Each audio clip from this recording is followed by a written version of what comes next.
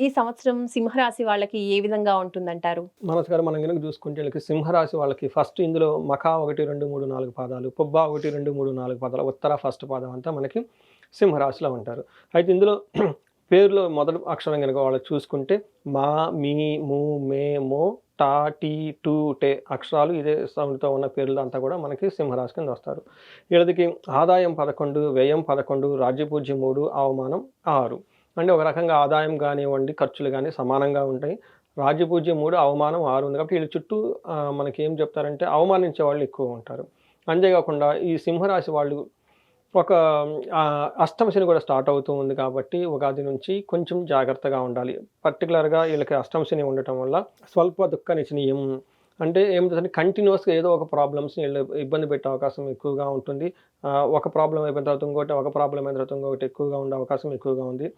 అయితే గురువు 11th హౌస్‌లో ఉండడం వల్ల ధన ప్రవాహం కానివ్వండి, ఆదాయ వనరులు కానివ్వండి, తర్వాత వీళ్ళ చుట్టూ ఒక మంచి వాతావరణం పిల్లలకు సంబంధించి కానివ్వండి, ఎడ్యుకేషన్‌కి సంబంధించి చాలా బావుంటుంది. ఏడో ఇంట్లో రాహు, ఫస్ట్ ఇంట్లో కేతు ఉండటం వల్ల, ఏడో ఇంట్లో రాహు ఉండటం వల్ల పార్ట్నర్స్ తోటి గొడవలు, మిసెస్‌తో ఇలాంటి వైఫ్ అండ్ హస్బెండ్ మధ్య సరైన అవగాహన లేకుండా మిస్‌అండర్‌స్టాండింగ్స్, సిల్లీ గొడవలు ఉండే అవకాశం ఎక్కువగా ఉంటుంది. ఫస్ట్ హౌస్‌లో కేతు ఉండటం వల్ల శారీరకంగా శారీరకంగా బాధలు ఉండే అవకాశం ఎక్కువగా ఉంది. ఒక రకంగా చూసుకుంటే వీళ్ళకి గురువు, రాహు, కేతులు అంత యావరేజ్‌గా ఉన్నారు. కానీ శని కొంచెం ఇబ్బంది పెట్టే అవకాశం ఎక్కువగా ఉంది. వీళ్ళకి శనికి సంబంధించి చాలా పరిహారాలు చేసుకుంటే చక్కగా ఉంటారు. గురుగారు, మరి సింహరాశి వాళ్ళకి అష్టమ శని ప్రారంభం అవుతుంది అని చెప్తున్నారు. మరి ఈ శని బాధలు తగ్గడానికి, శని దోషాల నుంచి కాస్త నివారణ పొందడానికి వీళ్ళు ఏ పరిహారాలు పాటిస్తే బావుంటుందంటారు? మనస్కారం మీరు చెప్పిన విధంగా మనం చూసుకుంటే వీళ్ళకి శని పెట్టే ప్రాబ్లమ్ చాలా ఎక్కువగా అంటే అష్టమ శని ఉండటం వల్ల అష్ట కష్టాలు వస్తాయని చెప్పేసి పెద్దవాళ్ళు చెప్తూ ఉంటారు.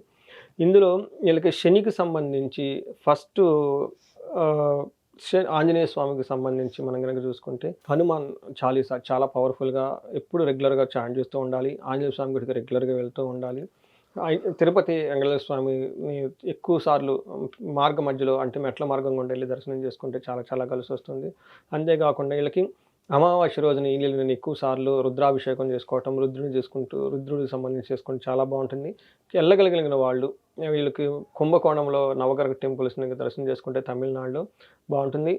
అంత నవగ్రహాలు చేయలేని వాళ్ళు అట్‌లీస్ట్ తిరునల్లారు అనే ప్రదేశం ఉంటుందండి. అది పాండిచ్చేరి దగ్గర. ఇక్కడ శనికి తైలాభిషేకం చేసుకుంటే దర్బారేశ్వరుని శివుడిని దర్శనం చేసుకొని తర్వాత అక్కడ అమ్మవారిని కూడా దర్శనం చేసుకున్న తర్వాత అక్కడ పక్కన ద శనికి సంబంధించిన తైలాభిషేకం ఇక్కడ శనికి చేపిస్తే శని పెట్టే బాధల నుంచి చాలా వరకు ఉపశమనం వస్తూ ఉంటుందండి. అంతేకాకుండా రాహుకేతువులకు సంబంధించి దుర్గాదేవిని చక్కగా మనం విజయవాడ కనకదుర్గమ్మని దర్శనం చేసుకుంటే వీళ్ళని ఎక్కువ సార్లు చాలా బావుంటుంది. ఇంతవరకు చేసుకుంటే వీళ్ళకి చాలా విషయాల్లో అభివృద్ధి ఉంటుందండి.